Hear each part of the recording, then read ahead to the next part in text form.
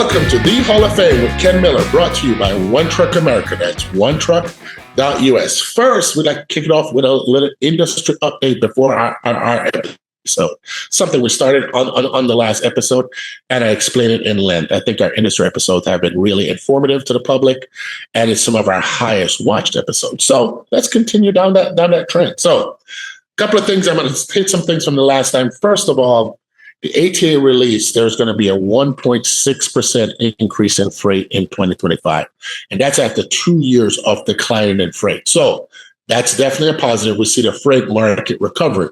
Now, do we see a strong market? No. But remember, we are now confirmed with 4 other customers that are asking people to give you all-in, not all-in rates. They're looking to give you 12-month rates. So what they're asking is, if you go back in 2023 and 2024, they're like, hey, okay, this rate's good for a quarter, but now they want you to quote them for 12 months. So that's telling me the shipper thinks the rates are going to go up, and they're trying to lock you in at the lowest rate possible, best for their budget. I also got that from a couple of carriers that are good friend of mine. So that tells me we are going to see some rate increases. Now, I don't want anyone to go out there, my trucking company owners, my contractors, my IC, my drivers, and go out and go buy a bunch of trucks. I don't think you're going to see that kind of growth, and I think there's still a lot of capacity in the market. But I think as the year progresses, you will see a tightening of the market and rates getting stronger. But I think anyone that signs a 12-month rate sheet right now, it's probably not the smartest decision, because everyone knows the rates are going up. Now, when do we expect a strong recovery? I expect it not to happen until 2026. But let's see what's happening. There's a lot of turmoil going on, but I think a lot of it is posturing when you talk about tariffs and things of that nature. Like President Trump said he was going to put a tariff on Canada, but when you look at some of the amount that they export into us, that would hurt Canada a lot more than us. And I honestly don't think it's happening.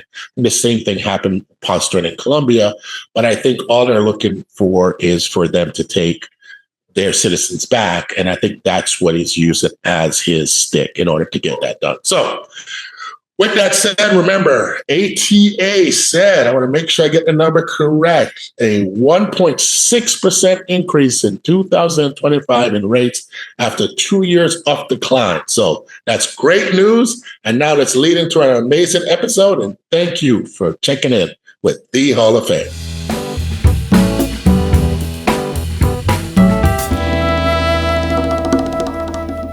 Hello, this is Ken Miller, the host of the Hall of Fame podcast, brought to you by One Truck America. That's onetruck.us. Today, we're welcoming Roy Molter from ZF. He's going to talk a lot about his safety technology for commercial vehicles.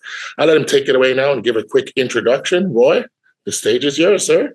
Hi, Ken. It's great to be with you here on Hall of Fame podcast. I'm head of marketing communications for ZF Commercial Vehicle Solutions Americas.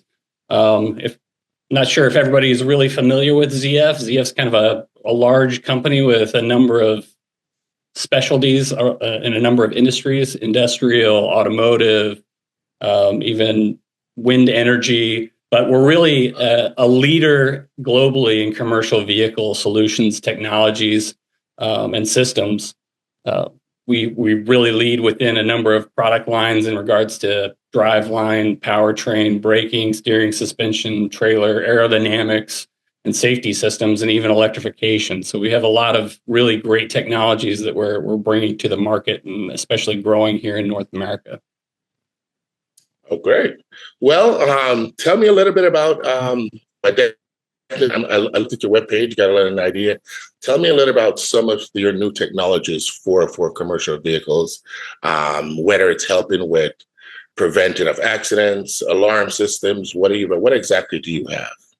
Yeah, and we have a number of safety systems. Obviously, we have braking systems, and one of our key technologies within the areas of braking is OnGuard Max. OnGuard Max is an automated braking system to mitigate, forward collision accidents, but also it integrates the ability to recognize pedestrians and other vehicles to make roads safer for for everyone, not just drivers and fleets, but also to mitigate potential issues for other road users and pedestrians. We have roll stability systems, which are can be integrated into vehicles and trailers to mitigate rollovers, and also ABS is a key technology. We're one of the leaders in the ABS braking systems for trailers in the industry, and we also have what we call Reacts steering systems, which is kind of a adaptive steering system to help reduce driver fatigue. It also makes it easier for people who might not have considered driving trucks, able to drive trucks, but that can be integrated with camera systems to provide what we refer to as on-tracks, a lane keeping assistance system. We know within the industry, about 32% of all accidents are lane departure accidents. So if we can integrate these lane keeping assist systems, there's the potential to mitigate about 32% of all accidents. Okay, let's dig into each of those. So is this something that you put into production lines while trucks are being made, or is this an aftermarket product? I'm sorry, you were referring to e-trailer? Yeah, no, I'm referring to like your active braking system and your lane change system. Yeah, sure. The active braking systems, those are all integrated by, all of the active braking systems are pretty much integrated by the OEMs on new vehicles. Not really something that can be retrofitted just because of the complexity. It requires cameras and potentially radar systems to help recognize vehicle distance and speed. So can you tell me, the truck manufacturers that you guys have your systems in, so that our audience would know? So if I bought a X truck, that ZF systems would be in there, and some of the systems would be in like maybe the latest version of a truck. Which truck would that be? Yeah, we work with pretty much all major OEMs as an available option within vehicle manufacturers. OnGuard Max currently is only released at Nikola, but we expect other releases. But we also have systems like OnGuard Active, which are available in a number of OEMs here in North America. Is Nikola the big electric truck maker? Yeah, that's correct. Currently with their release of their hydrogen vehicle as well. Yes. Okay.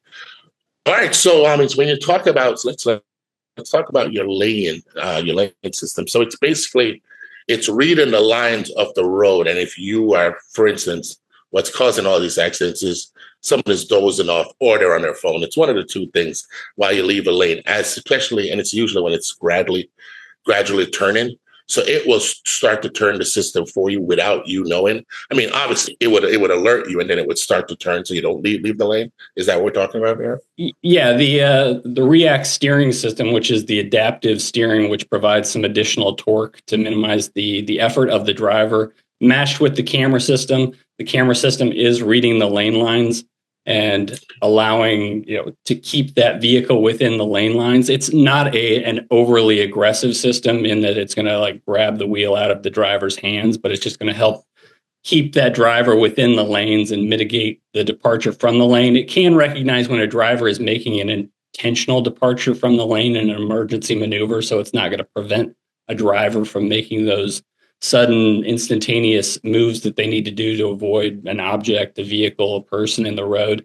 But if you do activate your turn signals, it will then stop reading the lane lines and allow the driver to leave the lane. But as they approach the edge of the lane, the torque at the edge of the lane gets a little bit higher, encouraging them to move towards back the center of the lane or doing a little bit of the maneuvering back towards the middle of the lane for them. Our system is also kind of a lane keeping versus a lane centering. We've found within our research with drivers that the lane centering is a little bit difficult. And if you've driven a 53-foot trailered truck, you obviously want to position that truck within a specific spot in the lane, depending on, you're making a turn or you're going around a curve. So we don't want to interrupt the driver in their desire to position the vehicle. So we find that lane keeping is a much better system than lane centering, which can be, kind of annoying to a driver who likes to position their vehicle so they can make those turns and not run into anything. Okay, so you also have the technology for to stop some from rear-ending someone, what people would call, what creates like heartbreaking events and things of that nature. I know that technology's out there. Tell me a little about your technology. So if I'm not paying attention, I drop my phone, I drop my hamburger, I lean down to get it. Next thing you know, the car hit its brakes. Tell me about that. Yeah, of course, we always want drivers to pay attention, and we don't want them to take their eyes off the road, but things happen and people can be distracted, or things can happen suddenly in front of drivers. OnGuard Max provides that type of assistance for the driver to mitigate those unintentional accidents due to loss of focus or sudden instances on the road. So our camera system and radar system combined both measure the distance to the vehicle, the speed of travel, the rate of slowing of the vehicle in front of them, as well as OnGuard Max also can recognize the vehicles and determine whether that's a truck or a car or a motorcycle, allowing the system to do its best processing to mitigate the potential accidents. And that's integrated with the braking system. So it's going to send signals to the braking system to reduce speed, as well as it can kind of control the torque from the engine to reduce the speed of the vehicle so that it mitigates those collisions. So if you guys now have what you call lane technology, stopping technology, do you guys have kind of like a semi-automated driving technology where I could take my hands off the wheel? Do you have something like, is that something coming? I know there are cars out there, and I know there are trucks that are working on autonomous driving, but I'm just talking about just the technology itself. If you're on a highway and I know I'm not getting off for 50 miles, is there a possibility for me to put it on cruise and take my hands off the steering wheel? Those are technologies that we're definitely developing, and we're working with a number of OEMs and how do we implement this automation. If you pay attention to the industry, the desire for full automation has kind of decreased a bit, but there are those still niche markets where we see automation will still ramp up rather quickly. Areas like logistics yards, where a vehicle's operating within a controlled environment, and automation is a little bit easier to do. We're still working towards full automation of commercial vehicles. It's just very complex when you're working in an environment like highways and busy city streets where the unpredictable can happen. So we're certainly working towards that, but we see probably within the market it's more likely to happen within these controlled environments where there's more predictability to how the systems will have to operate. Yeah, well, I'll tell you because I used to be on the Illinois board for trucking, and we lobbied quite a bit, and autonomous driving came up. I don't think there's not that it is slowed; it's that it's more of the general public here in the U.S. So the cars must go first before the autonomous truck goes. It's not because of technology. I don't believe it's there, because I think it is. I think the comfort of people going down the road are very uncomfortable with a truck. Yeah, absolutely. And that's one thing that I really want to convey to is that we need to not only get the industry familiar with these technologies and comfortable with these technologies, but we certainly need to get the everyday road user and convey that these products actually highly improve safety of these vehicles and the way they operate and mitigate those accidents and make the road safer for everybody. Yeah, and I'm telling you, it does. And I'm going to give you an example, just like what I mentioned about the cars must go first. My Mercedes has all the things you just talked about. If I veer off a lane, it shakes like you're on a rumble strip that tells me, and hey, you got to turn. It will also brake for me. So I think people are seeing this in cars, so now it become more comfortable with trucks. It's just the biggest fight we had was, you're going to have an 80,000-pound truck behind me and no one's driving it. And I can tell you that did not sway well for the general public. And it was more of an education issue. But if they see it and they're using this technology in their cars, like a Tesla today can drive itself with you behind but not holding the wheel, I think it makes people more comfortable as you walk the path down this technology. The second reason that's holding back automated trucks is you have about 3 million CDL holders out there. You're going to displace the technology. It's the device you're asking for. It's like they just ran out these robots making drinks at this thing that Elon had. I went to about 2 months ago in California, and these things can do a lot of things that will replace people. What do you do with the displaced workforce? We're talking about a lot of people. There's a fight now at the eastern ports with the union, which we wrote an article on for One Truck America. And their main thing is they don't want the automation that's in Rotterdam port and some of those ports to replace the job. So it's a twofold issue that I think is holding you up. But I think the technology is going to come one way or the other. You can't put it back in the hatch. It's here. So I'm just curious to see where you guys are going with that. Is autonomous driving part something that you will offer down the road as the need comes for it? Yeah, certainly. We continue to work with OEMs and customers and partner with others in the industry to help bring automation to the forefront. And as you mentioned, obviously, there's a lot of CDL holders out there that are concerned about automation taking their job, but also the industry is dealing with driver shortages and the inability to put enough people in the seats and make sure that things are delivered on time. We have to, one, either enable vehicles so that people who might not have considered driving can become drivers and be able to operate. And that's what we've done with the React steering system to make operating a heavy commercial vehicle easier. But automation, the more automation we introduce, the better it is, the easier it is for somebody who might not have considered that as a career choice. It opens that up to them. But also, again, like you said, we need to convince the general road using public that automation isn't, dangerous. Yes, there's an 80,000 pound vehicle, but the more we can make that safer and more controlled, the safer the roads are for them. And I think the more like you said, the more people are familiar with automation and using automation in their life, they'll see that it's bringing a higher level of safety and control.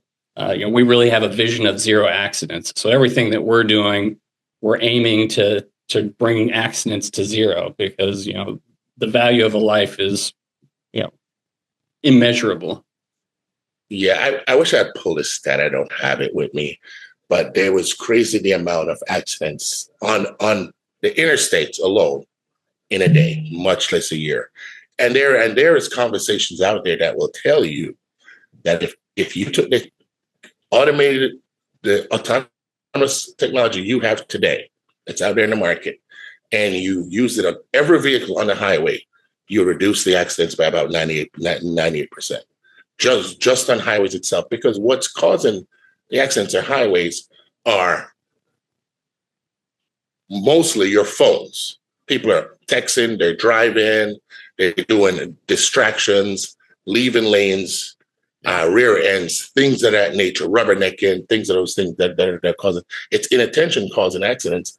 It's not truly anything else. And as this technology that's in my car gets widely used by most cars, I think you're going to see a huge reduction in accidents prior to autonomous, just from the lane change and not able to rear end someone. Those two technologies itself is going to cut accidents a ton as it becomes more widespread on our highways and cars.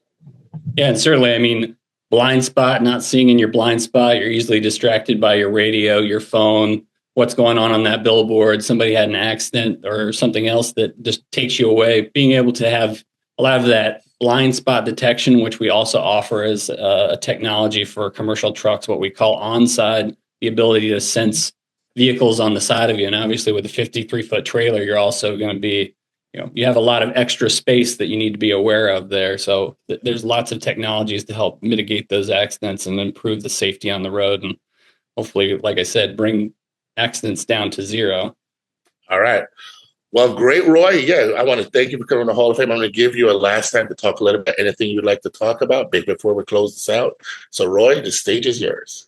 Yeah, ZF, we really have a vision for the future of commercial vehicles. I've mentioned it multiple times here. Safety is really a key thing for us, as well as bringing, an improved total cost of ownership for truck fleets, owners, operators, really reducing, improving uptime and keeping the vehicle out of the shop, or making those trips to the shops as short as possible, but also ensuring that we produce a greener future through our electrification technologies and just making things as efficient as possible for all of our owner operators and customers out there. We're looking forward to the future of the commercial vehicle, and we're glad to be part of the commercial vehicle industry here in North America. All right. Well, Roy Molter and ZF, thank you guys for being on the Hall of Fame, and I'm looking forward for the airing of your episode. Have a great day.